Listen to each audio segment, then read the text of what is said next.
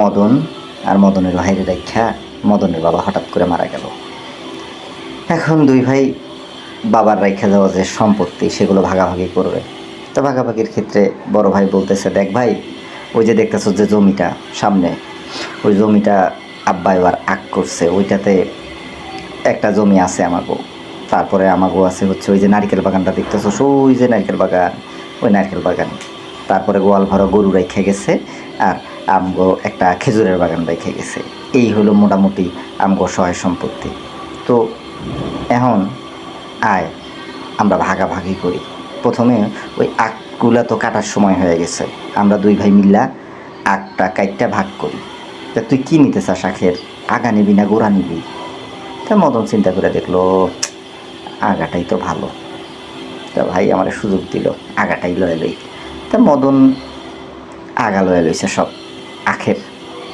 তো মদন আলায় জানে না আখের আগায় তো কিছুই থাকে না, এগুলো ওই রোদে পুরায় আপনার চুলায় দেওয়া ছাড়া আর উপায় নেই, এগুলো কোনো কাজের না। তো যাই হোক, আগা নিয়ে মদন পড়লো বিপদে। সব আগা কোনো কাজ ইউজলেস, অর্থাৎ কোনো কামে লাগলো না বেটার। তো বেটা মাথায় হাত দিল, দূর ঠকে গেলাম। এরপর ভাই কইল, এই মদন আয় আমরা নারকেল বাগানটা ভাগ করি। তা নারকেল বাগানের তুই কী নিবি? তো মদন চিন্তা করছে, আগের বার আগা নিয়ে ঠকছি, এবার গোড়া নিব। ঠিক আছে ভাই, আমি নারকেল গাছের সব নারকেল গাছের গোড়া আমার, তোমার আগা। ঠিক আছে ভাই, যত গাছ আছে নারকেল গাছ আছে সব গাছের গোড়ায় তুই পানি ঢালতে থাক। ওমা কিছুদিন পর গাছে ডাব ধরে, ডাব পাইরা ভাই খায়। মদন তো দারুণ চিন্তায় পড়ে গেল রে, কী করলাম, আমি গাছগুলোর গোড়ায় পানি ঢাললাম আর এই সব ফলগুলা লয়ে যাইতেছে। ইস, ভাই তো কঠিন চালাক।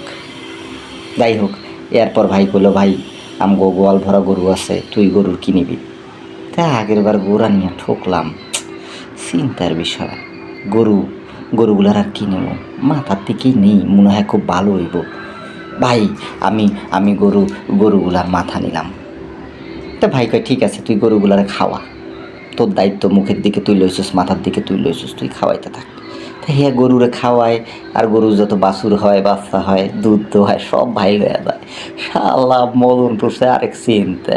এখন নাইলো খেজুর বাগান, সেম কাহিনী। ওই মদনে খেজুরের গাছের সব গোড়া নিল, আর ও হাগা নিল, ও খেজুর পায়রা খায়, রস পায়রা খায়, আর মদন খায় ডু। মদনের তো চিন্তার অভাব নাই। চিন্তা করতে করতে বাজারে গেল।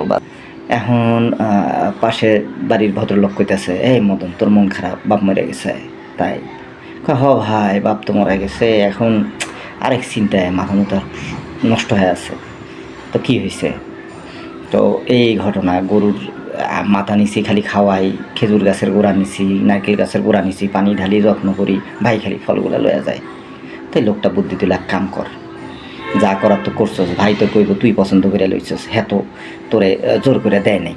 তো এখন তুই যাবি গরুর মাথা কেটে দিবি, খুবই আমার গরুর মাথা আমি কেটে দিব।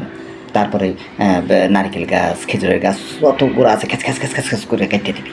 কবি যে ভাই আমি কেটে এলাম সব কিছু, একে সব তসমস করে দেবো, আমার গোড়া আমি কাটবো, আমার গরুর মাথা আমি কাটবো। তখন দেখবি যে তোর ভাই কী করে, খালি দেখা আমার জানিস। এরপর সকালে উঠা ভাই বলা গেছে, ও গেছে ছুরি নিয়ে গেছে, বড় একটা গরুর মাথা কেটে। এই তুই কী করস কয়, আমার গরুর মাথা আমি কাটবো, তোমার কি? এটা কয়, থাক ভাই গরুর মাথা কাটিস না, দুই ভাই যা হইব খাওয়াইমু, দুই ভাই গরুর দুধ বাচ্চা যা আছে সব ভাগাভাগি করে নিল। এরকম করে নারকেল গাছের গোড়ায় গেছে, খেজুর গাছের গোড়া কাটতে ধরছে। ভাই মাপ চাইছে, ভাই মাপ কর, আয় দুইজন মিলাই সব করি, দুইজন মিলে অর্ধেক অর্ধেক করে ভাগাভাগি করে লই। তো এই হইল বিষয়। মদন না হয় বুঝে না, তা তুই তো ভাই, তুই তো বুঝোস কোনটা ভালো কোনটা মন্দ। ভাইরে ঠকাস কেন ভাই? আমাকে একদম গ্রামে এইরকম ব্যাপার, যে যেভাবে পারতেছে ভাই, এক ভাই আরেক ভাইরে ঠকাইতেছে, এক ভাই এক বোনরে ঠকাইতেছে, কী দরকার ভাই? ওই দিনের দুনিয়া, আজকে আছি কালকে নেই। ভাই ভাই মিল্লা থাকি, একে অপরের সাথে সহযোগিতা করি। আমরাই তো নিজেরাই, একই বাপ একই মা, আমরা কেন একে অপরের সাথে ঝগড়া বিবাদ করি বা একে অপরের ঠকানোর চেষ্টা করি? ছোটো ভাই মদন হয়তো বা বোঝে নাই, সে না বুঝছাই সিদ্ধান্ত নিছে আগা গোড়ায়, সে বোঝে না, দুনিয়া সম্পর্কে তার আইডিয়া নেই। বড় ভাই হিসেবে কি আমার দায়িত্ব না? ছোট ভাই যেহেতু বোঝে না, কিরে পাগলা তুই মাথা নিতাছিস, খাওয়াচ্ছিস, আমি বড় ভাই হিসেবে কিভাবে তোকে ঠকাই? আয় না দুই ভাই মিলে ভাগ করে খাই। যতক্ষণ শিক্ষা দেয়নি, যতক্ষণ বুদ্ধি বের করেনি, তার আগ পর্যন্ত আমি সুবিধা নিয়ে গেছি। কেন ভাই? আসেন না, আমরা ভাই ভাই মিলেমিশে থাকি, একে অপরের সহযোগিতা করি, সুখে দুঃখে একে অপরের কাজে লাগি ভাই। আমরাই তো। ভালো থাকেন, সুস্থ থাকেন, একে অপরের সাথে মিলেমিশে থাকেন।